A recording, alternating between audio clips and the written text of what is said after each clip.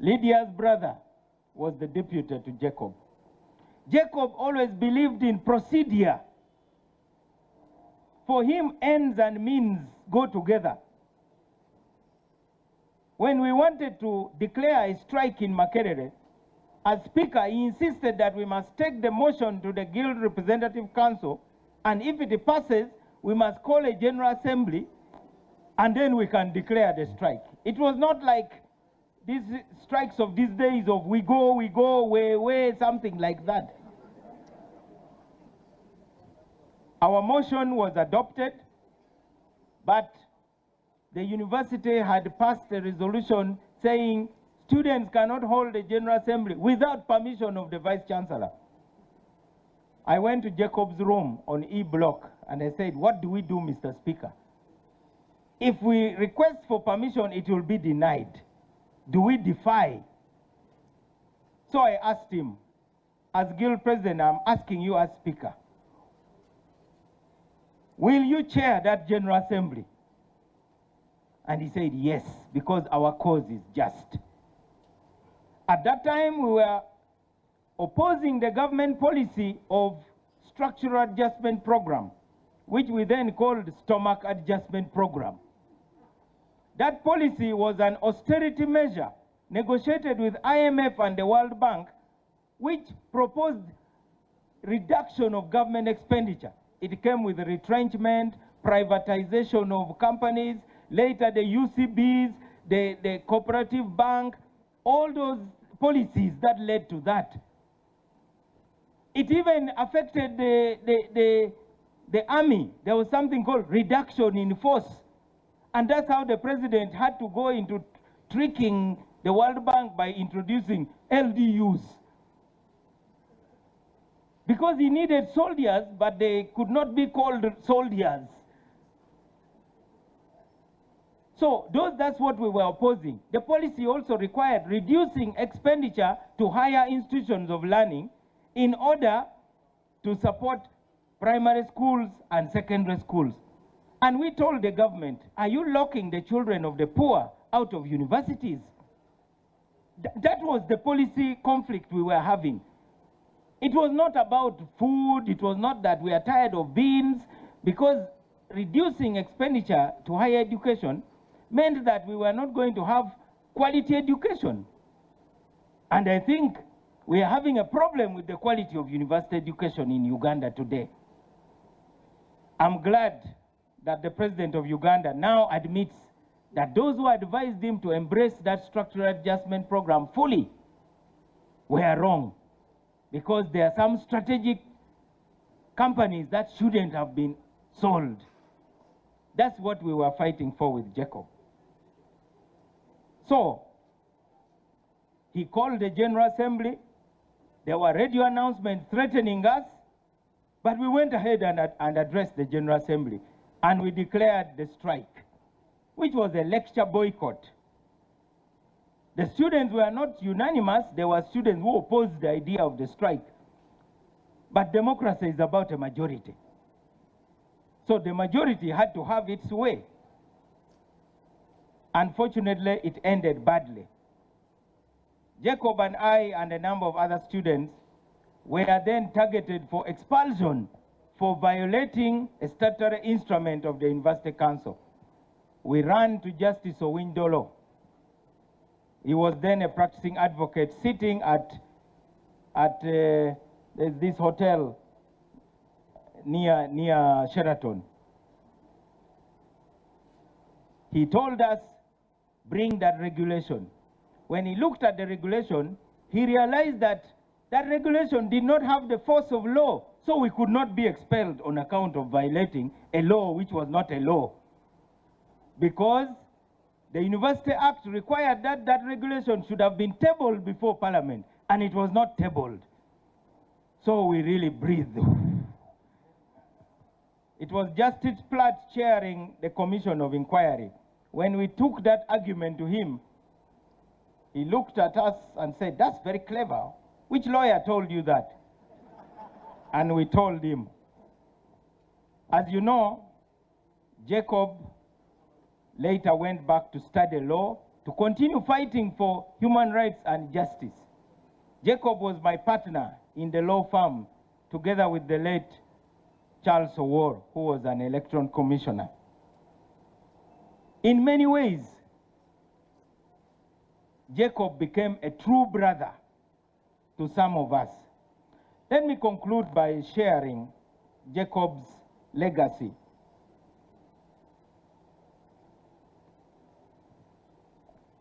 Fortunately, I am reading things that I already wrote. So I'm not just speaking to make impression. This is based on something I wrote on May 25th, 2021. And I wrote the following, because this will capture the legacy. The MPs have chosen a new team to lead the institution of Parliament. We congratulate the new Speaker, the Right Honorable Jacob Oulanyah, and the new Deputy Speaker, the Right Honorable Anita Among.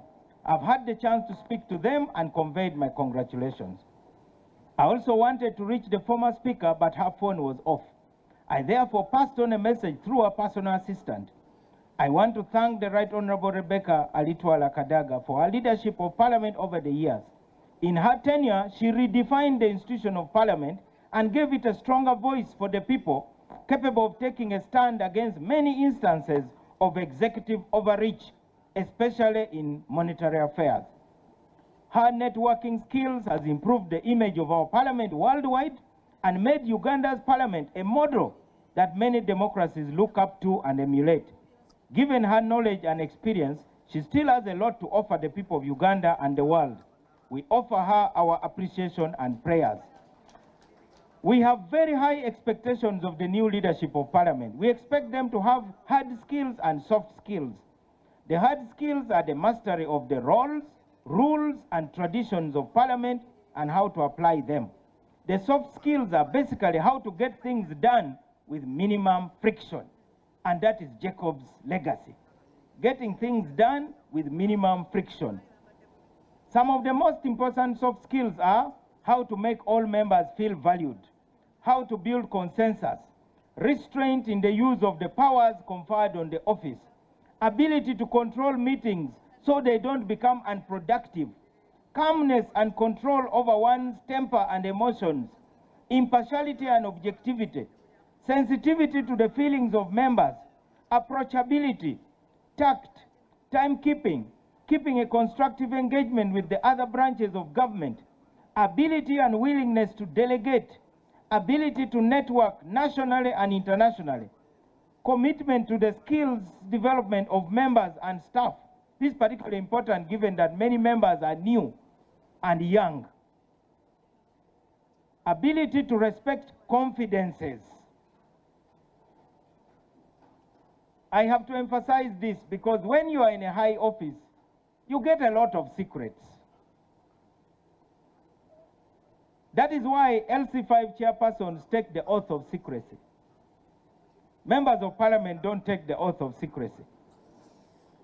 This became important to me when I was in the frontline district of Gulu. Things were happening, and I remember one time having a conversation with the president about a rather sensitive matter.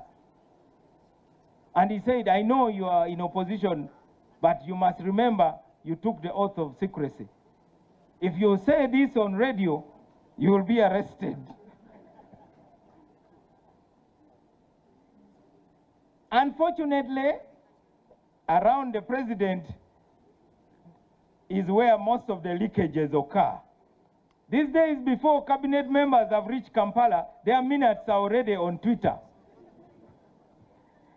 I want to call upon the National Vice Chairman of the NRM.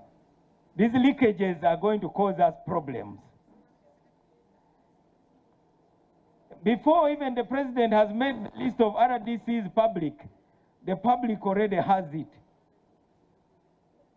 A state cannot function like that. And therefore, confidences are important, but more important is the ability to get things done, namely to ensure that decisions are made in a timely manner according to the rules. Some of the most important attributes are consensus building. Finally, Jacob's legacy should be to move us towards a new culture of national consensus and responsible citizenry.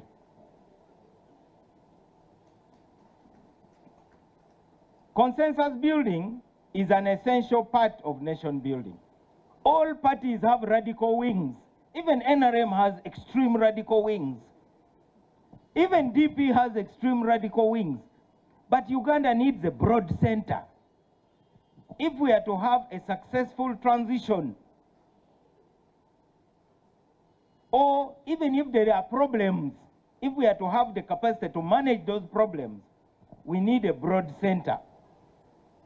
There should be an ability to cooperate for the larger good of the nation. That will be the cornerstone of a successful transition. Let the legacy of Jacob move us to denounce the politics of unwarranted confrontation and negativism. We believe that in a multi-party democracy like ours, constructive dialogue, consultation, and cooperation between the ruling and opposition parties is not only desirable, but essential. The other day, I saw one of the members of the official opposition party in parliament very happily engaged and hugging the newly elected speaker, and he was promptly denounced by members of his party that he is a traitor. How can you hug your tormentor? That kind of politics has got to be contained. It has become all the more necessary since several major national issues confronting Uganda today cannot be effectively addressed without evolving a broad platform of national consensus. Some of the issues where such a national consensus is most urgently called for are constitutional and electoral reforms, the relations between the central government and the building blocks that make Uganda, population policy, empowerment of young people. Why is it that it is in Uganda where a young graduate on his graduation day promptly announces that he is the next MP of the constituency? Who are going to design the apps? Who are going to be the young innovators of Uganda if politics is the only career? It is important that we develop a policy that will keep the youth busy innovating for the country. We need consensus on border disputes, environmental protection, institutional guarantees for the welfare of vulnerable people. Now, as president of DP, and as I salute Jacob Oulanyah, in the compound of the party, which he served faithfully and gratefully, there are many people who have been lifted up by this party. They have not been grateful. One thing I know about Jacob, he always expressed gratitude. Gratitude is not something which everybody finds.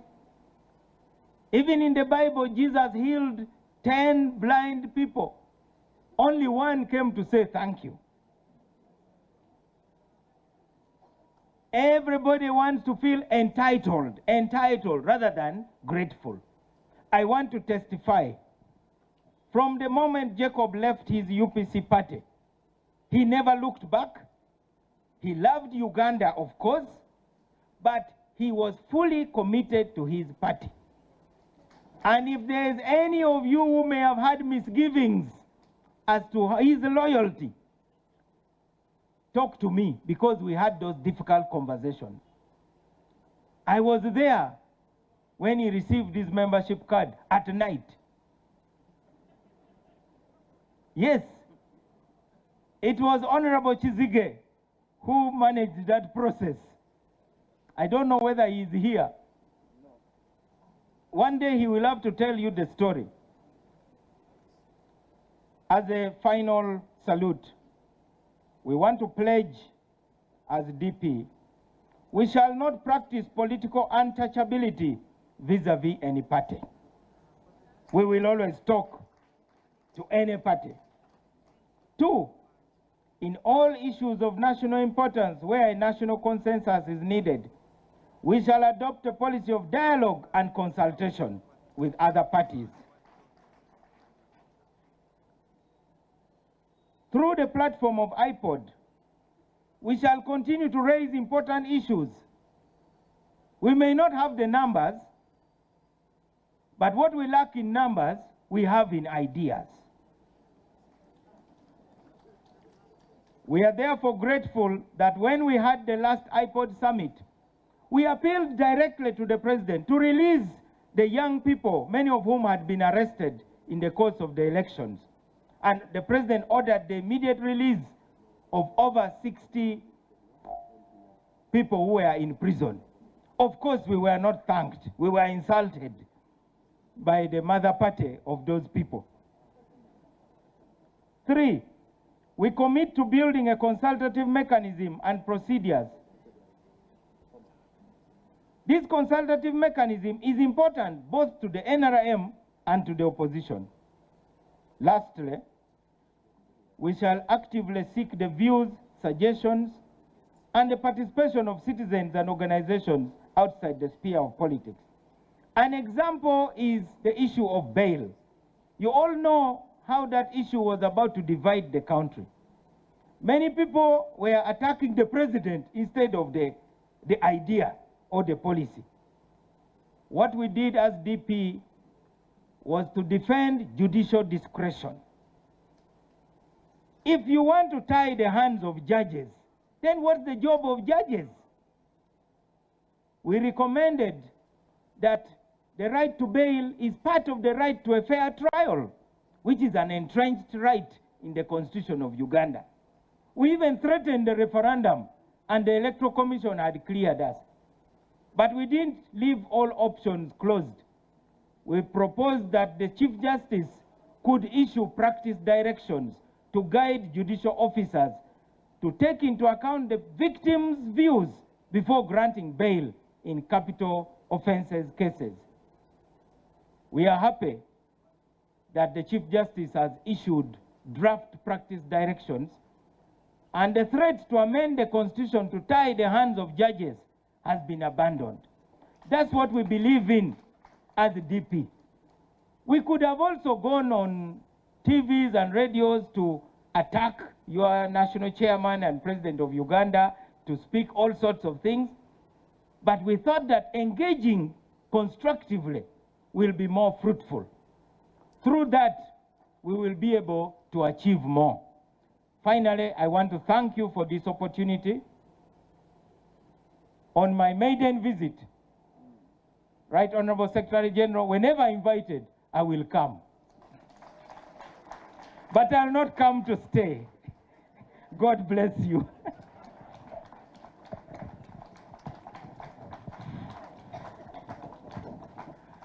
Can we have a big clap for Honorable Norbert Mao? Very, very, very, very interesting submission. It leaves a very big question. Who is your friend? If Norbert Mao was a friend to Right Honorable Jacob Oulanyah, who is that friend you treasure? The person that at one time can stand to tell your story. Thank you very much.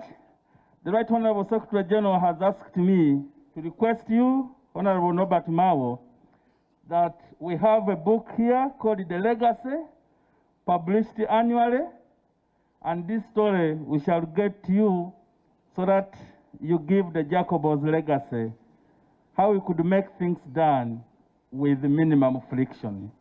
And we shall get to you, sir. Allow me, before I invite the Right Honorable Secretary General to invite the next speaker to recognize the arrival and presence of Mama, Right Honorable Rebecca Kadaga, the second National Vice Chairperson. We have Honorable Rosa Cole, Yala MP and former Bukedea Woman Member of Parliament, and OHT Wanachi Walachi, Senior Presidential Advisor on Youth. Right Honorable Secretary General. Thank you. We just have 2 brief speeches, then we shall close the day.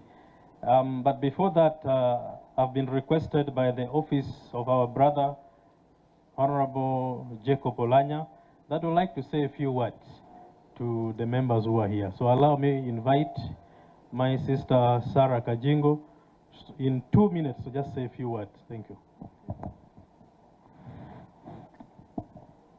Thank you, Secretary General, the Chief Celebrant, Alhaj Musa Chigongo, our religious leaders, all protocol observed, ladies and gentlemen.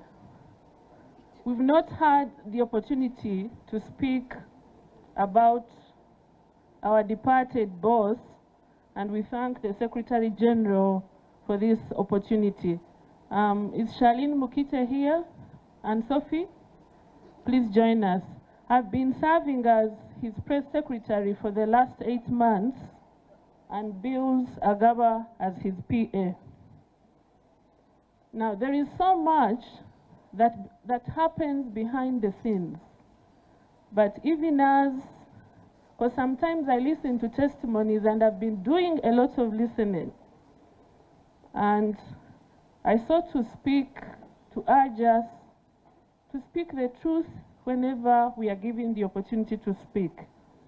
The Right Honorable Jacob Oulanyah was a leader of impeccable credentials. Everybody says he was above board. When you speak merit and competence, he was it. I recall when he first chaired the first sitting of Parliament, he set the broad agenda for the 11th Parliament as a people-centric Parliament.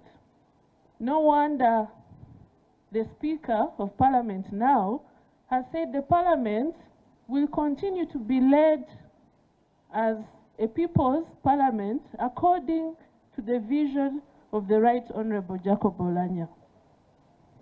He also said that, actually urged MPs that they should stop picking figures off their head, that everything they say must be research-based, must be evidence-based.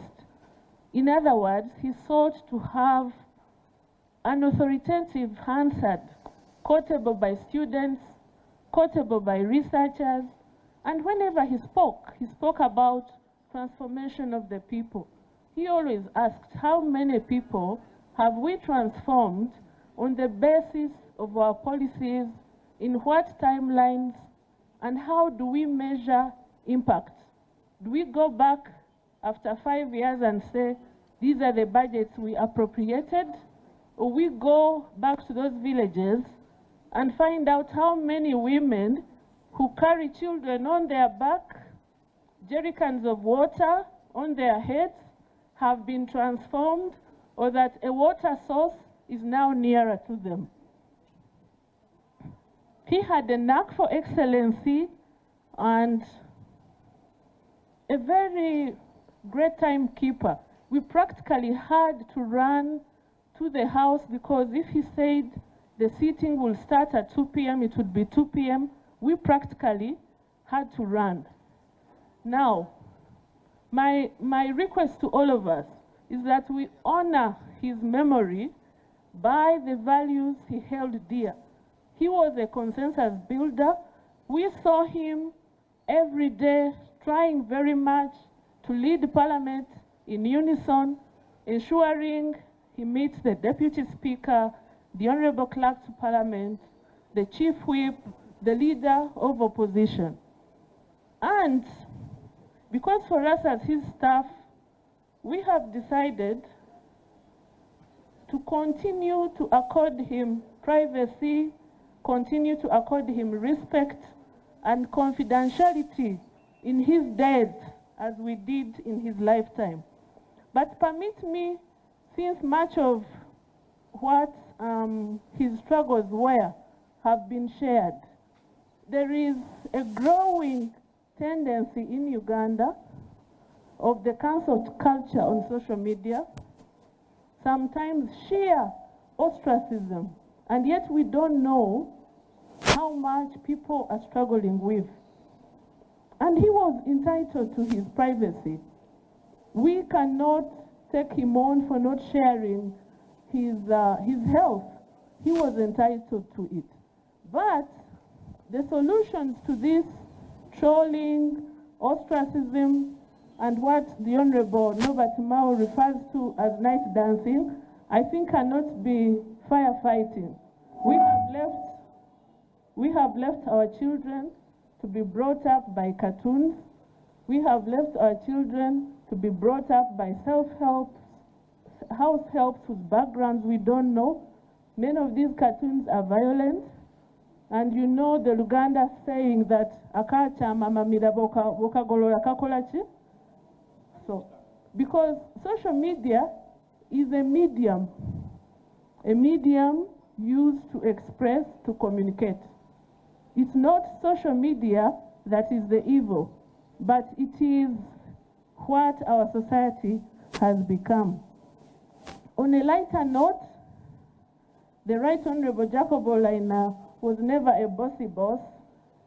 Many times I heard him speaking to some of our colleagues who are, say, in protocol and saying, oh, you have dressed in a bow tie. That is the highest form of dressing.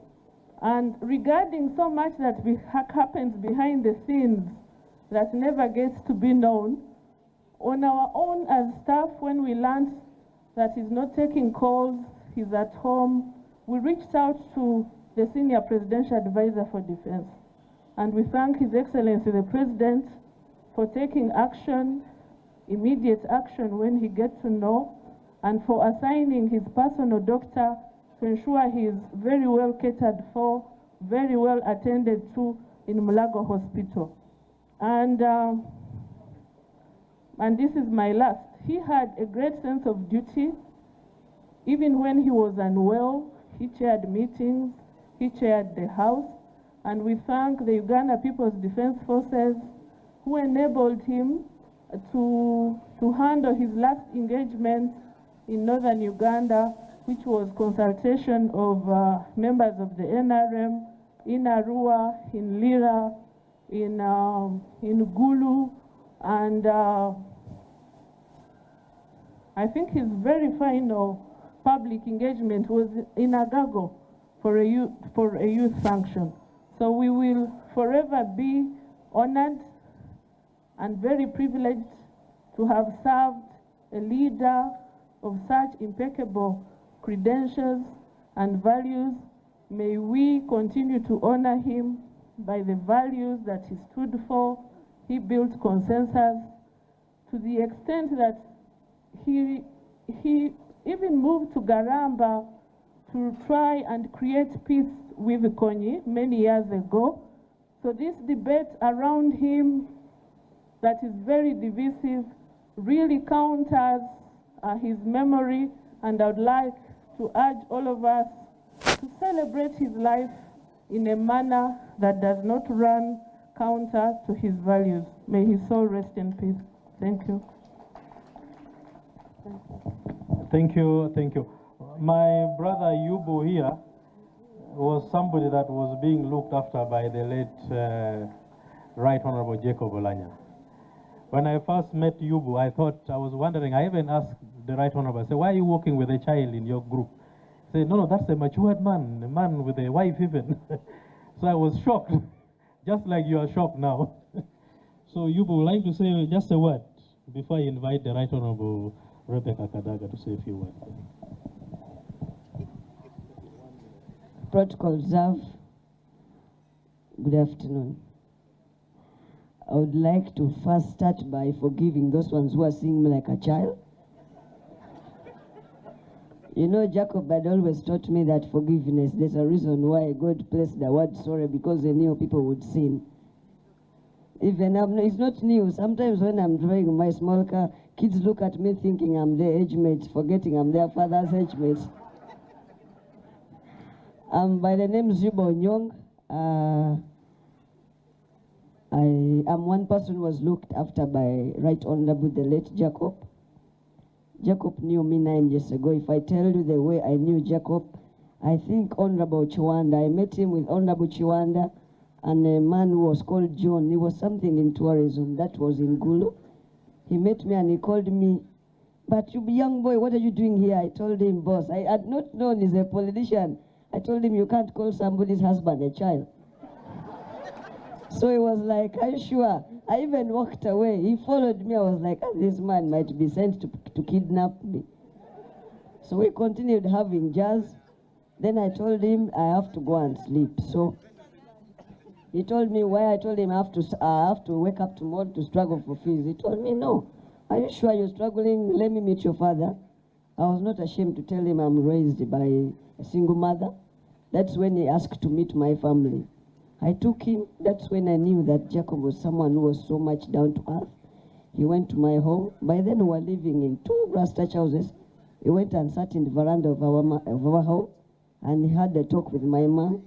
All I could see them near, I walked away because I fear to see a woman cry. Because my mom had always told me, Yubu, don't worry, there's a reason as to why that when they give birth to child, they cry is because they know they have been born into the world of trouble. So I'd gotten used to that. Jacob is someone who is too good. I'd always had issues with him.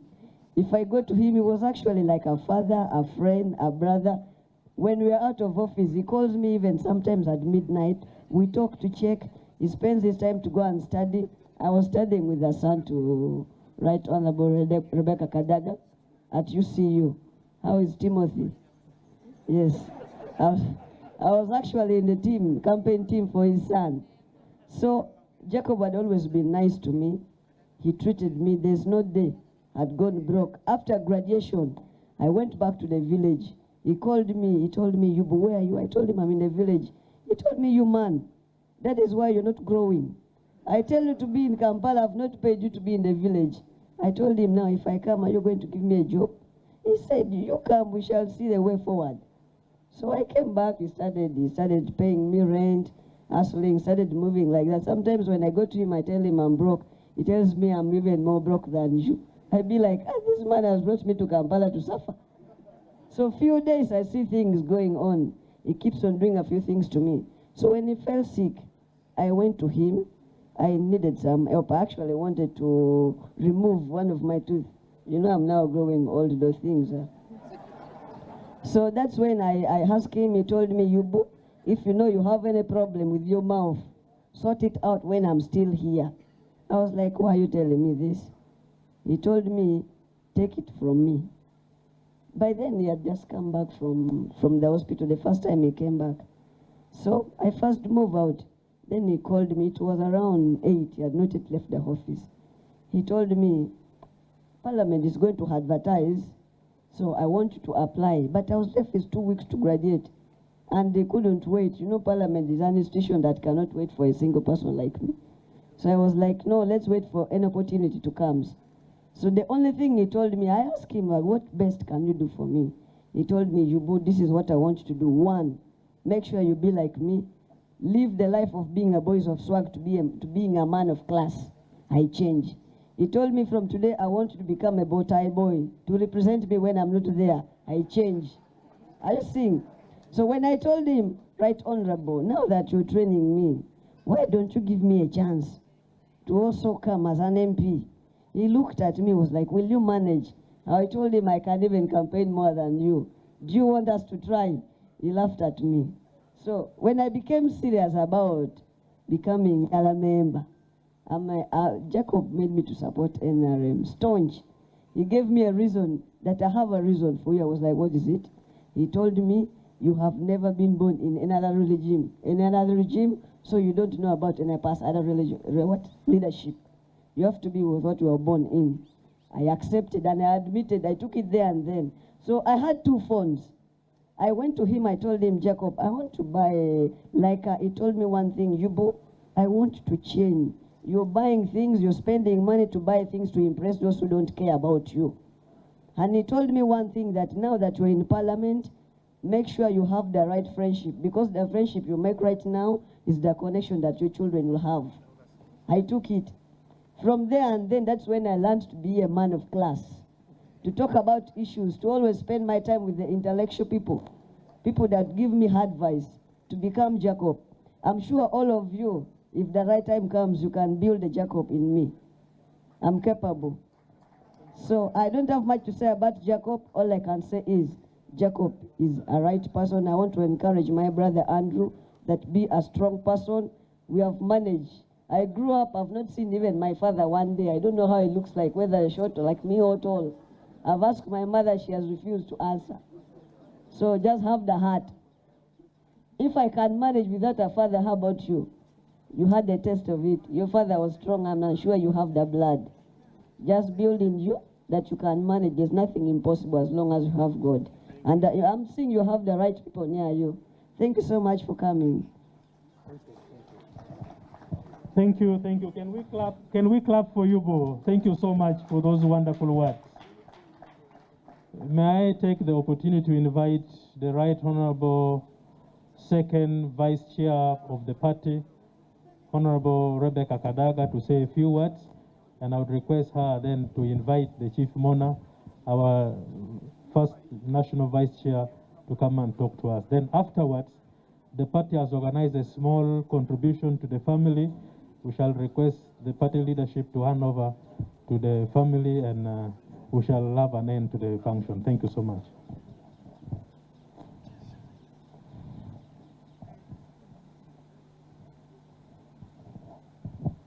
Thank you very much, Secretary General. Right Honorable Alhaji Moses Chigongo, First National Vice Chair, the members of the Interreligious Council of Uganda who have come to support us today, the members of the Central Executive Committee, the supporters of the NRM, Right Honorable Jacob Oulanyah's family.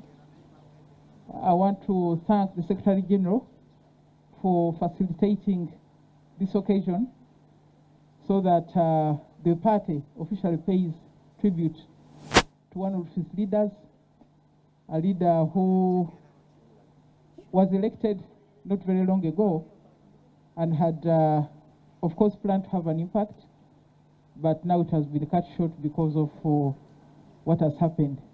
So thank you, Secretary General, for organizing this. I want to take this opportunity as the second National Vice Chair to thank Right Honorable Oulanyah for the work he did, especially in northern Uganda. Also to thank the other members of the Central Executive Committee in the different regions for mobilizing for our party, and to thank all of you. Jacob was a hands-on person, and he had started doing some programs to consolidate support in the West Nile, Acholi, and Lango, in the north in general. So I want to thank him for that, and we hope that his mission and objective will be fulfilled. On that note, let me invite my boss, Right Honorable Alhaji Moses Chigongo, to address the mourners. Thank you.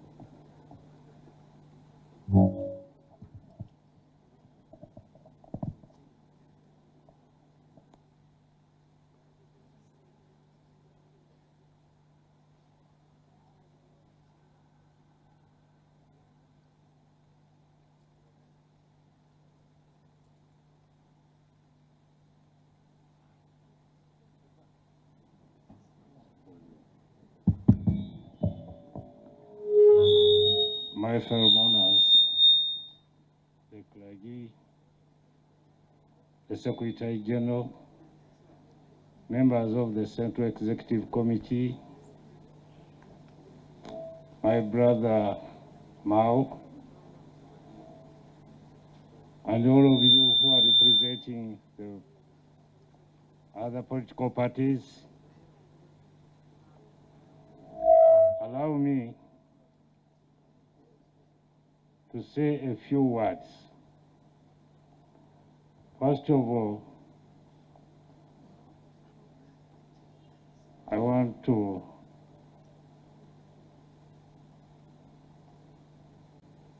it is not very easy time, but I want you kindly to accept my sincere condolences to the family members of the Central Executive Committee, religious leaders, and to all of you, the mourners. Today, we are here to mourn our colleague, Dr. Jacob Oulanyah. He left us.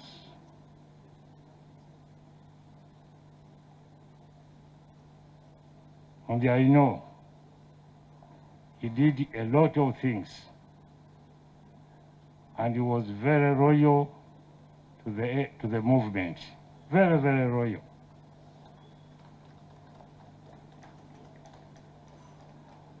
And he did a great job, especially in the North, when they had not accepted the NRM, the movement there. As you all know, there was a lot of resistance, but the late Jacob really worked very hard with the others in the North. And that's why we managed to win the North to our side. And we shall always remember him for that. My brother Mao has talked very, very well here, and I thank you. You have said a lot here, especially those words which were concerning about the late Jacob. The other part I'm not going to answer, because for me as a Muslim, I know how to separate issues. If it is a wedding, I'll talk about the wedding. If it is mourning, I'll talk about the mourning, and I'll stop there. But I thank you for what you have said here. Religious leaders, we thank you for the prayers. We thank you for not forgetting Jacob. You have accepted to come here and pray with us. That's very good, and we appreciate. Jacob has gone. He has really gone. And we shall miss him very much. He was a leader, as many people have said, very principled, smart as this gentleman who has been here, whom I was going to say a young man, but he is a gentleman here.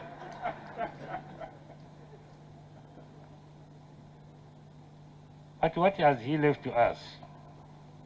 It is up to us now, with the people who are still living, to prepare ourselves, to prepare our souls for this day and time when you are not talking, and when you are just there, but the people are here to talk about you. Have you prepared for this day? This day, this time, we need to prepare for this day. Especially those who are in big positions. Remember, always remember, there's got to be a day like this one to all of us. But how have you prepared for yourself? That's why I'm saying we should prepare our souls.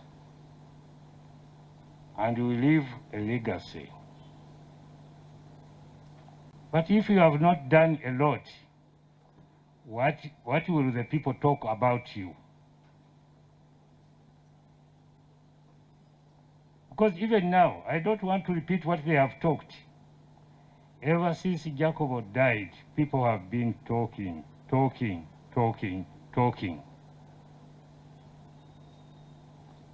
The media has talked. Everybody has talked. Good and bad, they have already been talked. But remember, for this day, That's the message I want to leave with you, all of you here, including the big people here, including myself. Let us prepare for this day. Let us prepare for our souls. Nothing to argue. I wish to thank all of you for having accepted to come and mourn with us.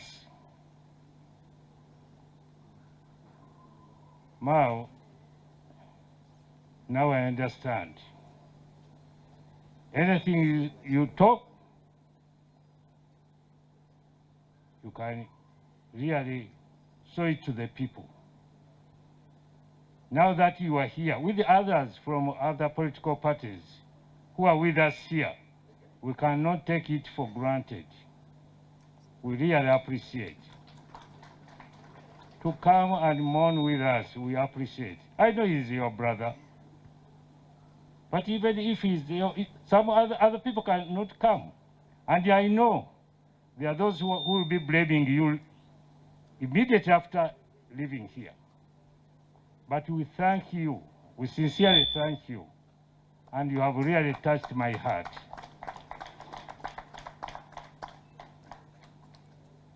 I think that's all I can say. May his soul rest in eternal peace.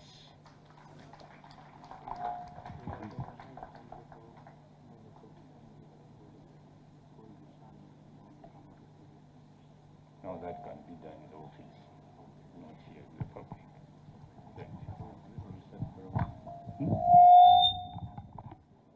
Thank you, and thank you so much. Thank you for coming. We love you for loving NRM. We love you for loving the Right Honorable Jacob. From here, I request the members of the party, members of the Central Executive Committee of the party, and members of the top management of the Secretariat, that we shall have a moment with Chairman Mao and the family.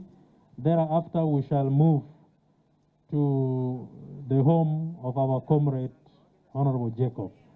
So thank you so much for coming. May I now hand over to the Masters of Ceremony.